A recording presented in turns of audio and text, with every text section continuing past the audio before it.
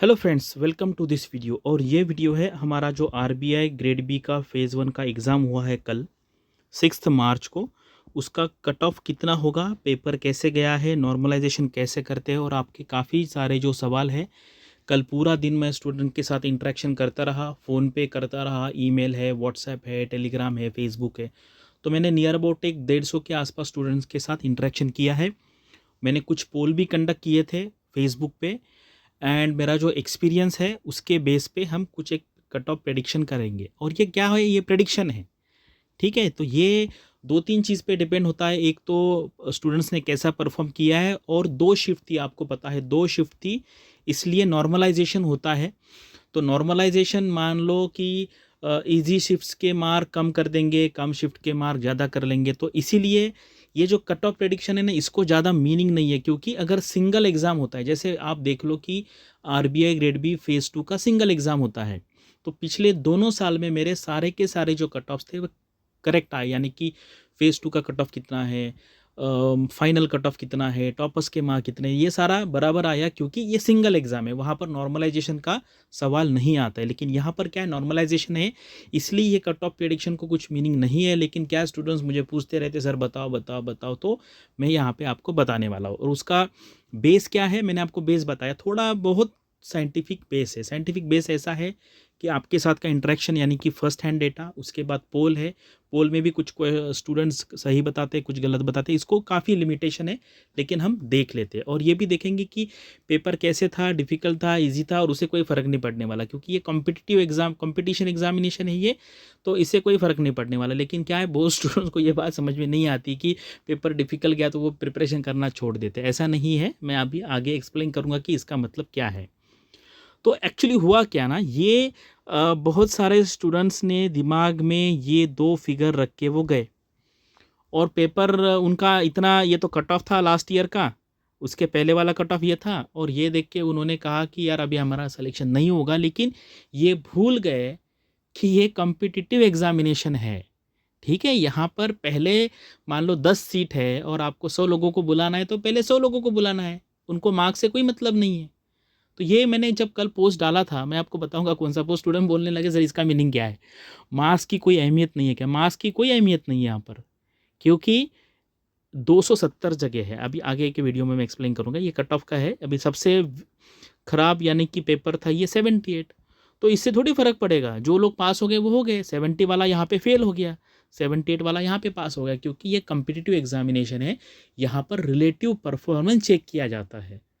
तो आप ऐसा मत मानिए कि पेपर डिफिकल्ट गया तो सबको डिफिकल्ट गया। मुझे तो कोई भी ऐसा स्टूडेंट नहीं मिला कि जो बोला सर मैं पास हो जाऊंगा। तो पास किसी को तो किसी को करना है उनको, ठीक है। तो ये रिलेटिव कंपटीशन है, इसमें एब्सोल्यूट मार्क का कोई मीनिंग नहीं है, कोई मीनिंग नहीं, ज़ीरो, ज़ीरो मीनिंग है, ज़ीरो वेटेज है एब्सोल्यूट मार्क्स को, ठीक है। ये बात जिसको समझ में आ गई वो आ गई, अदरवाइज छोड़ दीजिए, ठीक है। अभी ये देखो, कल मैंने पोस्ट डाला था RBI has to select first 4500, तो मैंने क्या है 322 पकड़ के किया था।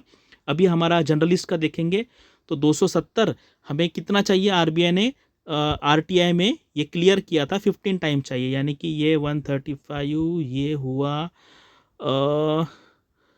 4050, ठीक है। तो ये 10 टाइम्स, ये 5 टाइम्स, तो 4050, 4050 लोगों को वो पास करने वाले हैं। वो क्या करते हैं, सब लोगों के मार्क्स एक्सेल शीट में ले लेंगे, ठीक है। ऐसा अभी आप कैटेगरी का छोड़ दीजिए, ऐसा मान लीजिए सब लोगों को एक्सेल शीट में ले लिया, उसको डिसेंडिंग ऑर्डर में लगा लिया, और पहले 4050 जो लोग हैं उनको ले लिया। उनको मार्क्स से थोड़ी मतलब है, वो मार्क्स देखते भी नहीं है। फिर क्या करेंगे, ये जो लास्ट स्टूडेंट है इसके मार्क्स देखेंगे कितने हैं, चलो 70 है, ये हो गया कट ऑफ। तो कुछ लोग मुझे ऐसे पूछते सर वो कट ऑफ कैसे डिसाइड करते हैं, कट ऑफ ऐसे डिसाइड करते हैं। ये जो कट ऑफ निकालने वाले हैं इनको एब्सोल्यूट मार्क्स से कोई मतलब नहीं है, वो डिसेंडिंग ऑर्डर में लगाएंगे। जो जितने चाहिए स्टूडेंट वो लास्ट वाला देखेंगे, वो देखेंगे कितना है 70, वो हो गया कट ऑफ। अगर आरबीआई असिस्टेंट में 95 था तो पहले 95, 100 में से 95 कट ऑफ हो गया। उनको क्या मतलब है, 15 टाइम से मतलब है, जितनी सीट है उसका 15 गुना स्टूडेंट हमें लेना है। एब्सोल्यूट मार्क्स का कोई वेटेज नहीं है, ये बात आप दिमाग में फिट कर लीजिए, ठीक है, फिर मैंने क्या लिखा, there is no role of difficulty level of the examination. तो ये लोगों को समझा नहीं, तो मैंने कहा यार अभी इसमें आप टाइम वेस्ट मत करो, ये छोड़ दो डिस्कशन, पढ़ाई के लिए लग जाओ। और लोग बोल रहे सर मैं पढ़ाई करूँ या ना करूँ। तो अगर आपका इसके बाद आपको ज़िंदगी में एक भी बैंकिंग एग्ज़ाम नहीं देना है तो पढ़ाई छोड़ दीजिए, अदरवाइज़ आपका स्कोर 10 भी आने दीजिए, पढ़ाई तो करनी है क्योंकि आगे बहुत सारी एग्जामिनेशन है। तो अगर आप पढ़ाई नहीं करेंगे तो फिर दूसरा क्या करने वाले हैं। ठीक है, तो ये बात आपको समझ में आया कि ये आरटीए का रिप्लाई है, और ये मैंने क्या बताया कल, कम से कम 10-20 लोगों ने मुझे पूछा इसका मीनिंग क्या है। ठीक है, अभी आपको समझ में आ गया मीनिंग क्या है। एब्सोल्यूट मार्क का कोई मीनिंग नहीं है। चलिए अभी ये देखते हैं, जैसे मैंने कुछ स्टूडेंट्स बहुत आए मुझे, मैं 200-300 स्क्रीनशॉट यहाँ पे नहीं दिखा सकता, मैं कुछ दिखा दिया आपको।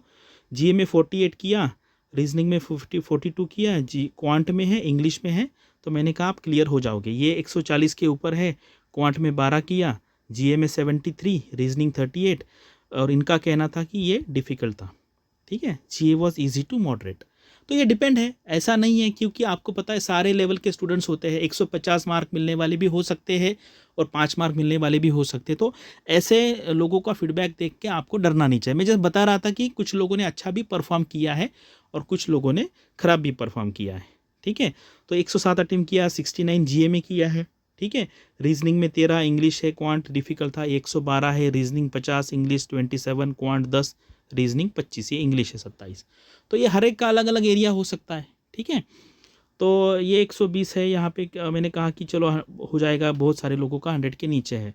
प्रीलिम्स उन्होंने कहा अच्छा है, 113 मार्क्स मिले, 113 अटेम्प्ट किए हैं, जीए में 58 किया है, 90% एक्यूरेसी। ऐसे लोगों का फीडबैक है, मैं जैसे आपको रियल फीडबैक बता रहा हूँ कि उन्होंने क्या क्या अटेम्प्ट किए। ठीक है, तो अभी हम आगे देखेंगे।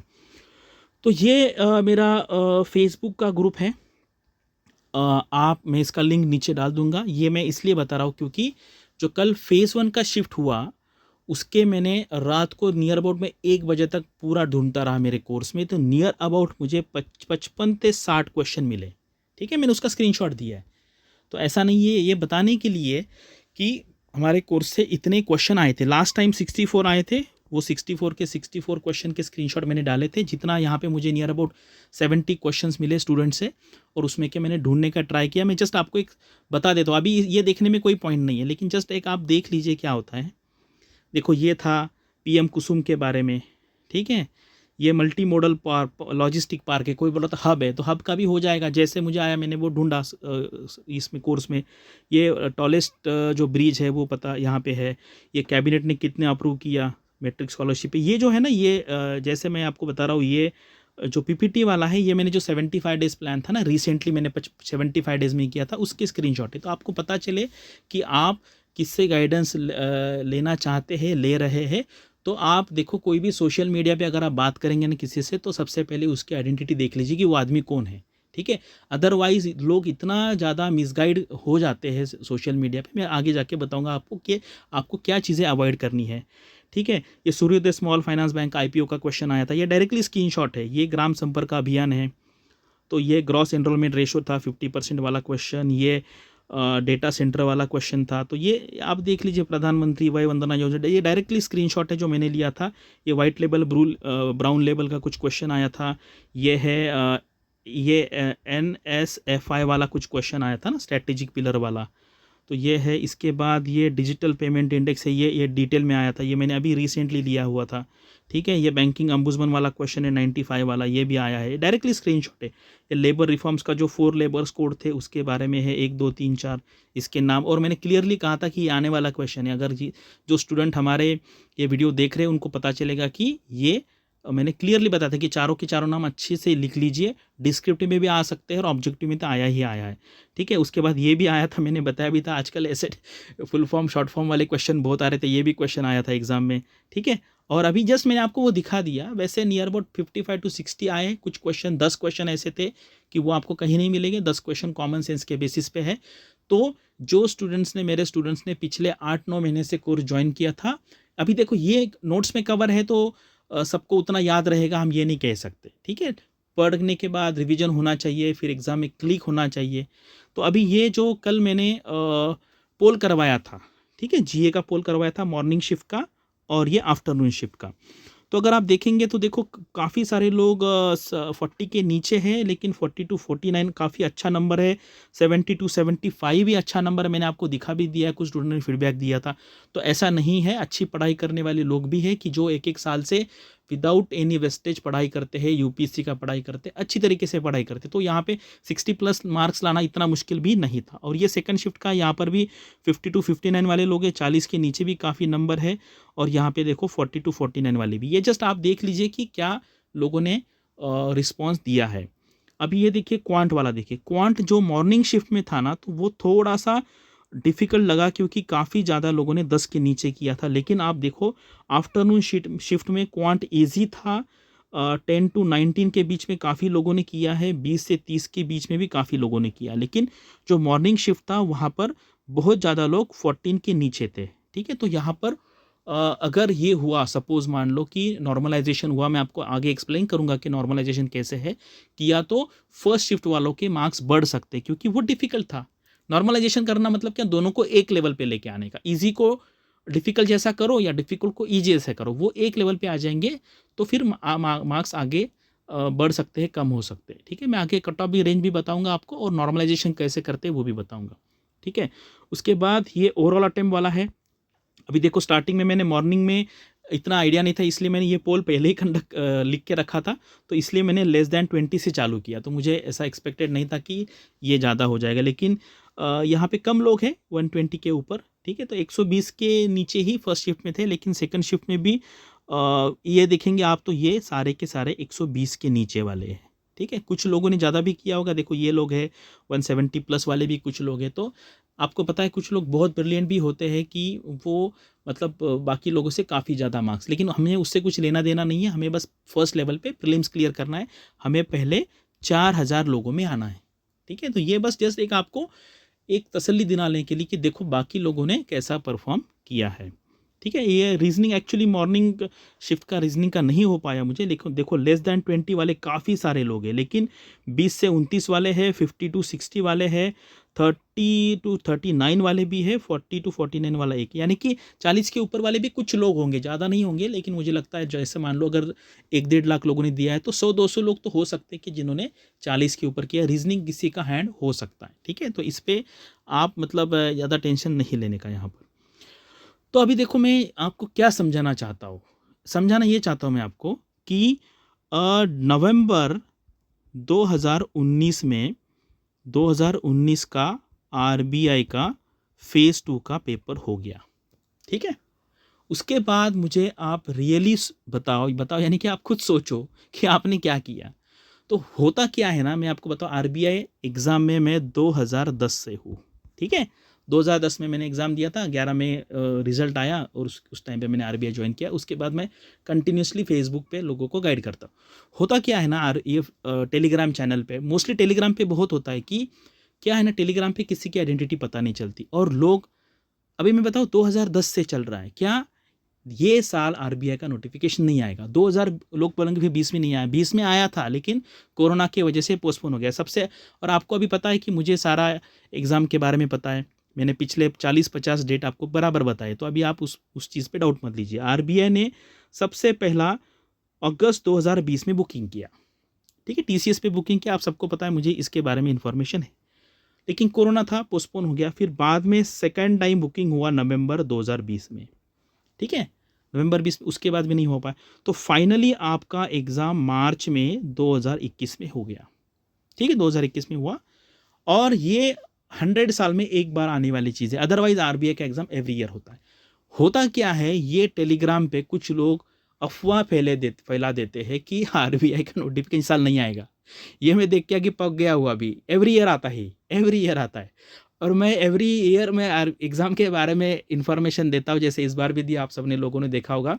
और लोग बोलता है फेक है फेक है फेक है। तो पिछले 10 साल से एवरी ईयर ये करेक्ट आ रहा है, क्योंकि पहले मुझे आरबीआई से इन्फॉर्मेशन मिलता था, अभी टीसीएस से मिल रहा है, कहाँ कहीं से ना कहीं से मिल जाता है, क्योंकि मेरे हज़ारों स्टूडेंट कहीं ना कहीं मिनिस्ट्री में भी है, पीएमओ भी है, सब जगह पे। तो ये इन्फॉर्मेशन इतनी नेशनल इंपॉर्टेंस के लिए इतना कोई ये नहीं है थ्रेट हो जाएगा कि ये इन्फॉर्मेशन लीक हो गया तो बहुत बड़ी बात, ये हो जाता है। इससे क्या हो जाएगा, देखो ये वीडियो मैंने 17 दिसंबर को डाला था, 17 दिसंबर को नोटिफिकेशन आने के पहले। और उसके पहले भी मैंने आपको एक हिंट दिया था कि एग्ज़ाम आने वाला, यानी कि आपके पास 3 महीने थे, लेकिन लोगों ने पूरा टाइम वेस्ट कर दिया। ठीक है, आपको पता है एग्ज़ाम नोटिफिकेशन कब आया था, आपको पता है? उसके काफ़ी पहले 40-45 दिन पहले मैंने ये प्लान डाला था।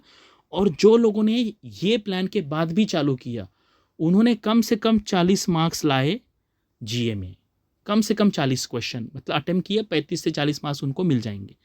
लेकिन होता क्या है ना, ये आरबीआई के स्टूडेंट्स के बारे में ये एक मैं कहता हूँ कि अच्छी बात नहीं है कि वो सिर्फ नोटिफिकेशन के बारे में ही डिस्कस करते, कोई पढ़ाई नहीं करता है। जब मैं वीडियो डालता हूँ, मेरे वीडियो देखिए आप, जो क्वांट का वीडियो है, कोई पढ़ाई रिलेटेड वीडियो है तो कोई नहीं देखेगा। ठीक है, सबको क्या चाहिए, नोटिफिकेशन। तो अभी ये एग्ज़ाम का भी कट ऑफ आप देख लीजिए, पढ़ाई कंटिन्यू करनी है आपको, फेज़ 2 की पढ़ाई कंटिन्यू करनी है आपको, 10 मार्क हो या 20 हो या 30 हो। ठीक है, पढ़ाई कंटिन्यू करनी है। रिजल्ट जब आएगा तब देखेंगे क्या करना है आगे, क्योंकि आपको ये जो जर्नी आपका चालू रहेगा। और फिर अगले साल के लिए अभी से ही प्रिपरेशन चालू करना है। अभी नहीं पूछना है सर नोटिफिकेशन कब आएगा, वो तो 100% आएगा। और जब मुझे पता चलेगा एग्ज़ाम के कम से कम 90 या 100 दिन पहले मैं आपको बता दूंगा। तब उसके बाद क्या है, आपको स्पीड बढ़ाना है। लोग क्या करते हैं, उसके बाद जीरो से पढ़ाई चालू कर देते, तब फिर नहीं होगा उस केस में। ठीक है, तो ये मैंने ये इसलिए बताया कि मैं आपको हर बार मैं आपको पहले से ही बता देता हूँ कि आपकी पढ़ाई हो चुकी है, अदरवाइज 40-45 दिन में पढ़ाई नहीं होती। ये बात आप समझना बहुत ज़रूरी है। मुझे पता है आप सब कट ऑफ के लिए वेट कर रहे हैं, वो तो आपको मिल जाएगा आगे। ठीक है, या उसके बाद अब हम आते हैं नॉर्मलाइजेशन पे।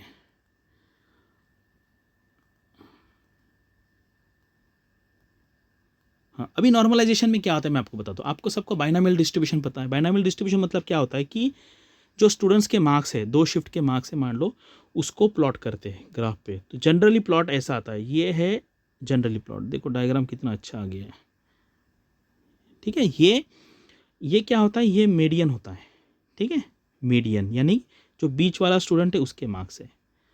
यानी कि आपने 1 से लगा दिया, 1 से नंबर 1 स्टूडेंट से लेके मान लो इस बार 1 लाख लोगों ने एग्ज़ाम दिया, तो ये 1 लाख लोगों के मार्क्स यहाँ से ये सबसे कम और ये सबसे ज़्यादा यहाँ पे लगा दिए। मान लो ये फर्स्ट शिफ्ट में मीडियन मार्क्स आ गए 60 मार्क्स आ गए। ठीक है, मीडियन मार्क्स यानी कि ये मान लो फर्स्ट शिफ्ट में 50,000 लोगों ने दिया। ठीक है, सिंप्लिसिटी के लिए 50,000 और ये 50,000, तो ये 25,000 वाला जो स्टूडेंट है बीच वाला, उसके मार्क है 60। इस केस में वो बीच वाले स्टूडेंट्स के मार्क्स है 50। इसका मतलब क्या हुआ कि ये पेपर डिफ़िकल्ट आया था, ये पेपर इजी आया था। अब हम यहाँ पे टॉपर्स के मार्क्स देखेंगे। टॉपर्स के मार्क्स मान लो फर्स्ट शिफ्ट में है 140, ठीक है, सेकंड शिफ्ट में है 150। फिर हम लोएस्ट तो माइनस में जाते हैं, लोएस्ट छोड़ दो। तो अभी क्या है इसमें, फिर बाद में हम क्या करेंगे, जैसे मान लो हम इसको 4 पार्ट्स में डिवाइड करेंगे। ठीक है, क्वार्टाइल बोलते हैं उसको, क्वार्टाइल। फर्स्ट क्वार्टाइल यानी कि ये सबसे टॉप के 25% मार्क्स, इनका एवरेज मान लो आ गया 110। ठीक है, मान लो यहाँ पर एवरेज आ गए 120। तो आपको ये डेटा से क्लियरली पता चल रहा है कि ये जो सेकंड शिफ्ट है, मैं जैसे आपको एक्सप्लेन कर रहा हूँ ना, आप ऐसा मत मान लीजिए कि मैं एक्चुअल एग्जाम के बारे में बात करूँ, मैं आपको एक्सप्लेन कर रहा हूँ प्रोसेस नॉर्मलाइजेशन की। ठीक है, तो इसका मतलब है कि ये शिफ्ट जो है वो है ईजी वाली शिफ्ट, डिफ़िकल्ट वाली शिफ्ट है ये। ठीक है, ये 130 कर देंगे यहाँ पे 100 कर देंगे। ठीक है, एग्जाम्पल के लिए ये 10 यहाँ पे कम किया, यहाँ पे 10 कम किया, यहाँ पे 10 कम किया, 130। तो इसका मतलब है हमें ये शिफ्ट के सबके मार्क्स, ये जो ग्राफ है, ये ग्राफ ऐसा क्या, ऐसे हम इस पर सुपर इम्पोज कर देंगे। सुपर इम्पोज यानी कि ऐसा वहाँ पे रखेंगे और फिर बाद में ये ग्राफ को ऊपर करेंगे या फिर ये ग्राफ को नीचे करेंगे। ठीक है, ऐसा ओवरऑल लेवल पे भी हो सकता है या फिर ऐसे सेक्शनल लेवल पे भी हो सकता है। यानी कि क्वांट का लिया, क्वांट का ऐसे ग्राफ प्लॉट किया, ऐसे प्लॉट किया, फिर बाद में देख लिया कि कितना है। तो इस हिसाब से फिर दोनों शिफ्ट के मार्क है। ये जस्ट मैं आपको एक वे बता रहा हूँ और ये भी मैं बहुत क्रूड वे में बता रहा हूँ। अदरवाइज यहाँ पे काफ़ी सारे स्टैंडर्ड डेविएशन के फॉर्मूलेज है, काफ़ी अलग अलग स्टैटिस्टिकल टूल लगा के वो आप वहाँ पे इक्वल कर देंगे। ठीक है, तो ये हो गया नॉर्मलाइजेशन का प्रोसेस। लेकिन आपको इसमें जाने की कोई ज़रूरत नहीं है। लेकिन क्या है, लेकिन स्टूडेंट को ऐसे चीज़ों में बहुत इंटरेस्ट है, किसमें नॉर्मलाइजेशन कैसे करते। तो मुझे 10-15 मैसेज आए, तो इसलिए मैंने आपको बता दिया कि नॉर्मलाइजेशन ऐसा करते कि किसी पे अन्याय ना हो। ठीक है, किसी पे अन्याय ना हो इसीलिए। लेकिन क्या है, कोई भी ऐसा परफेक्ट सिस्टम बिल्कुल नहीं है। ठीक है, परफेक्ट सिस्टम ऐसा बिल्कुल नहीं है जहाँ पे सबके के साथ न्याय होगा, सबको जस्टिस मिलेगा। लेकिन सिस्टम ऐसे डिज़ाइन करते जिसमें कम से कम लोगों पे अन्याय होता है। ठीक है, तो ये सिस्टम में भी इनजस्टिस होता है कुछ कुछ लोगों को, लेकिन this is the best possible way. तो इसमें अभी हमें यह पता नहीं है कि कौन सा शिफ्ट इजी था, कौन सा डिफ़िकल्ट था, किसके मार्क्स बढ़ाएंगे, किसके कम हो जाएंगे, ये आपको किसी को पता नहीं। लेकिन ये आपको जस्ट एक तसल्ली मिलेगी, सर ये सर ने बता दिया हमें, कि हमें जानना था कैसे करते। तो ये हो गया नॉर्मलाइजेशन का प्रोसेस। अभी ये आते हैं हम क्रेडिट कट ऑफ प्रेडिक्शन पे, जिसके बारे में आप बहुत मुझे पूछ रहे थे। तो अभी क्या है, अगर आप पिछला वाला पैटर्न देखेंगे तो उसमें उन्होंने 25% फिक्स कर दिया था, यानी कि यहाँ पे ये 80 का होता है, ये 60 30 30, यहाँ पे 20 किया, यहाँ पे 15 किया, यहाँ पे 7.5 किया, यहाँ पे 7.5 किया। ठीक है, तो ऐसे उन्होंने सेक्शनल कट ऑफ कर दिए थे। अगर हम इस बार अगर 20% लेते हैं, 20% का ये 16 हो जाएगा, ये 12 हो जाएगा, ये 20% का 6 हो जाएगा, ये 6 हो जाएगा। ठीक है, तो ये सपोज 20% डिसाइड करेंगे तो ये रेंज में आएगा। लेकिन इस बार क्वांट का 6 मार्क्स लाना भी डिफ़िकल्ट हो जाएगा। तो मेरे हिसाब से जितने मैंने स्टूडेंट से बात किया उसके हिसाब से ये मैंने रेंज प्रेडिक्ट किया है, और ये रेंज प्लस और माइनस इसलिए लिया है क्योंकि हमें नॉर्मलाइजेशन का प्रोसेस पता है हमें कैसे करते हैं, लेकिन कौन से शिफ्ट को इंक्रीज करेंगे, कौन से को डिक्रीज करेंगे, ये हमें नहीं पता। इसीलिए फिर मैंने ये रेंज दिया है। एंड ओवरऑल जो कट ऑफ है वो मेरे हिसाब से 70 ±5 रहने वाला है। तो आपके मार्क्स कितने भी रहने दीजिए, क्योंकि आपको भी पता नहीं है कि आपकी एक्यूरेसी कितनी है। ठीक है, जीए में बहुत सारे लोगों ने 70 60 अटेम्प्ट किए, लेकिन क्या पता किसी का लक अच्छा हो जाए और मार्क ज़्यादा मिल जाए। तो इसीलिए ये एडवाइस है मेरे तरफ से कि आप सबको फेज़ 2 का प्रिपरेशन करना चाहिए, क्योंकि 7 दिन की ही बात है। लेकिन अगर ये अगले 7 दिन रिजल्ट आने तक, रिजल्ट फ्राइडे तक आ जाएगा, ये जो कमिंग वीक है, कल मंडे से लेके फ्राइडे के बीच में फ्राइडे तक रिजल्ट आ जाएगा। अगर आपने ये दिन वेस्ट किए तो, और अगर आप पास हो जाते हैं तो वो पास होने का कोई फ़ायदा नहीं है, क्योंकि फिर बाद में आपका क्रूशियल टाइम चला जाएगा। ठीक है, तो अभी ये हो गया कट ऑफ के बारे में। मेरे कोर्स से कितने क्वेश्चन आए वो वहाँ पे जाके देख लीजिए, जिसको भरोसा है वो भरोसा कर लीजिए, जिसको नहीं है वो मत करिए। ठीक है, क्योंकि आपको पता है कि हम सभी लोगों को कन्विंस नहीं कर सकते। जो लोग कन्विंस हो जाएंगे, और खुद का जजमेंट लेने का, यहाँ पर कोई XYZ का नहीं सुनने का, आपका खुद का जजमेंट है। Now you are a graduate and you are aiming to become RBI grade B officer. तो आप खुद की जजमेंट लीजिए, अभी आपको क्या करना है। ठीक है, तो ये बात है। और अगला अभी जो आपका टारगेट है फेज़ 2 का, उसका प्रिपरेशन एग्जैक्टली कैसे करना है अभी रिमेनिंग डेज में, उसके लिए मैं अलग से वीडियो बनाऊंगा। और अगला जो अटेम्प्ट होगा, अभी देखिए, अभी आपको भी अगर मैं पूछूंगा कि अगले मंडे को आप क्या खाने वाले, तो आपको पता नहीं, क्योंकि आपने डिसाइड ही नहीं किया है। वैसा ही है, RBI ने 2000 अगला वाला नोटिफिकेशन के बारे में डिसाइड ही नहीं किया, तो कौन बता पाएगा। आप अभी फ़ोन कीजिए सर्विस बोर्ड के चेयरमैन को, राजन सर को फ़ोन कीजिए, अमिताभ राजन जी को, या फिर गवर्नर जी को फ़ोन कीजिए और पूछिए कि एग्ज़ाम अगला एग्ज़ाम कब होगा। वो बोले यार अभी डिसाइड ही नहीं किया, तो मैं क्या बताऊँगा। जैसे ही डिसाइड हो जाएगा मैं आपको 10 मिनट में बता दूंगा। ठीक है, तो ये मेरी तरफ से आपको एश्योरिटी है, जैसे ही डिसाइड हो जाएगा मैं बता दूंगा। लेकिन ये कब डिसाइड होगा अभी ये किसी को पता नहीं, इसलिए अभी टाइम वेस्ट मत कीजिए। और मैंने जो वीडियो बनाया था एग्ज़ाम के 2 दिन पहले, उसमें मैंने आपको क्लियरली बताया था, अगर किसी ने देखा होगा तो मैंने बताया था क्वांट रीजनिंग इंग्लिश के बारे में बहुत कम लोग सोचते हैं, सब लोग GA GK ही करते रहते हैं। लेकिन ये बात भी सही है, इस बार जो जैसे मेरे स्टूडेंट्स हैं उनका मुझे फीडबैक ये मिला है, सर काफ़ी सारे क्वेश्चन हमारे कोर्स से आए थे, नियर अबाउट 60 क्वेश्चन आए थे, तो उनको एक 35 से 40 मिलने की उम्मीद है। और ये जो है यहाँ पे क्वांट में 25% लोग बोल रहे थे कि सर हमें मिल जाएगा, रीजनिंग में भी 25% मिलेगा, इंग्लिश थोड़ा सा ईजी लगा लोगों को, तो इंग्लिश में जो है 50%, यानी कि 30 में से 15 मार्क लोगों ने मतलब अच्छी तरीके से अटेम्प्ट किए। तो अगले इसके लिए आपको ये जो सेक्शंस है क्वांट रीजनिंग इंग्लिश, इस पे अच्छी तरीके से फोकस करना है, क्योंकि बैंक के सारे एग्जाम में रिसेंटली देखिए 1 महीने से मैं आपको बता रहा था कि RBI असिस्टेंट का मेंस का इंग्लिश का पेपर काफ़ी डिफिकल्ट था, RRB का PO का मेंस का इंग्लिश मैथ्स का पेपर काफ़ी डिफिकल्ट था। तो अभी आपको ये जो बेसिक एरियाज़ है इस पे भी काम करना है। एंड नो डाउट RBI के बारे में ये तो डिसाइडिंग है, क्योंकि 80 मार्क्स का वेटेज है इसको।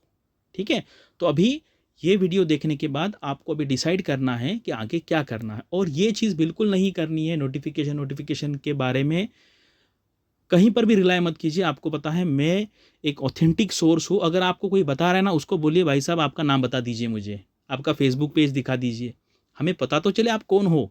तो ऐसा ही कोई भी कुछ भी डाल देता है और लोग उस पर विश्वास करते हैं। ऐसा बिल्कुल नहीं करना है। जैसे मुझे पता चलेगा कुछ भी आरबीआई असिस्टेंट का नोटिफिकेशन रेडी है 1000 के आसपास सीट्स है, लेकिन कुछ कोर्ट केसेस चालू है, ठीक है, उसका रिजल्ट आएगा तब फिर उसके बाद वो डेट बुक करेंगे, और जैसे डेट बुक करेंगे मैं आपको बता दूंगा। तो आप पढ़ाई करते रहिए, maths, English, reasoning, GK, computer.